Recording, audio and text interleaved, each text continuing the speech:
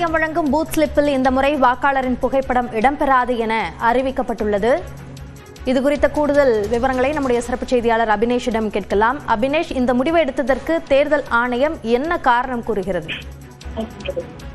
அபிநயா, நடைபெறவிருக்கக்கூடிய 2026ஆம் ஆண்டு தமிழ்நாடு சட்டப்பேரவை தேர்தலுக்கு வாக்காளர் அடையாள அட்டை இல்லாதவர்கள் 12 ஆவணங்கள்ல ஏதேனும் ஒன்றை காண்பித்து தங்களுடைய பெயர் வாக்காளர் பட்டியலில் இருந்தா அவங்க வாக்களிக்கலாம். குறிப்பா ஆதார் அட்டை, அதே போல பேன் அடையாள அட்டை, ஓட்டுநர் உரிமம், அதே போல பாஸ்போர்ட் உள்ளிட்ட 12 ஆவணங்கள்ல ஏதேனும் ஒன்றை காண்பித்து வாக்காளர் பட்டியலில் அவங்க பெயர் இருந்தா வாக்களிக்கலாம்.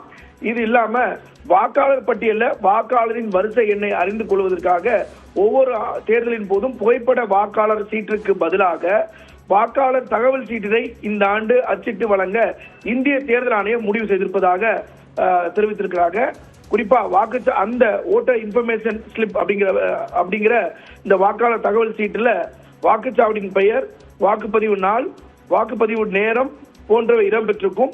மாவட்ட தேர்தல் அலுவலரால் அந்தந்த மாவட்ட தேர்தல் அலுவலரால் வாக்குப்பதிவு நடைபெறக்கூடிய நாள்ல இருந்து 5 நாட்களுக்கு முன்பு இருந்து அனைத்து வாக்காளர்களுக்கும் வாக்காளர் தகவல் சீட்டினை விநியோகிக்கப்படும் என்றும் அவங்க குறிப்பிட்டிருக்கிறாங்க. வாக்குச்சாவடியில் வாக்காளர்கள் தகவல் சீட்டை அடையாளத்தை மெய்ப்பதற்கான ஆவணமாக இது ஏற்றுக்கொள்ளப்படாது அப்படின்னு குறிப்பிட்டிருக்காங்க. அதாவது ஒவ்வொரு ஆண்டும் பூத் ஸ்லிப் கொடுப்பாங்க. பூத் ஸ்லிப்ல ஓட்டரோட போட்டோ இருக்கும். ஆனா இந்த முறை பூத் ஸ்லிப்க்கு பதிலா ஓட்டர் இன்ஃபர்மேஷன் ஸ்லிப், அதாவது வாக்காளர் தகவல் ஸ்லிப் வந்து கொடுக்க இருக்கிறாங்க. அதுல போட்டோ இடம்பெறாது. மாறாக வாக்காளருடைய பெயர், வாக்குச்சாவடியுடைய பெயர், பாகமேன், அதே போல வாக்குப்பதிவு நேரம் ஆகியவை வந்து வழங்கப்படும். அதை மட்டும் வைத்து ஓட்டு போட முடியாது. இந்த தேர்தல் ஆணையம் அங்கீகரித்திருக்கக்கூடிய 12 ஆவணங்கள்ல ஏதேனும் ஒன்று அல்லது வாக்காளர் புகைப்பட அடையாள அட்டை இவை இருந்தால் அந்த ஸ்லிப் எடுத்து வச்சு ஓட்டு போடலாம். அதனால இந்த எஸ்ஏஆருக்கு பிறகு இந்த முடிவு எடுத்திருக்காங்க. தமிழ்நாட்டில் இந்த எஸ்ஏஆர் சிறப்பு தீவிர திருத்த பணிகள் நடைபெற்று முடிஞ்சிருக்கிறது.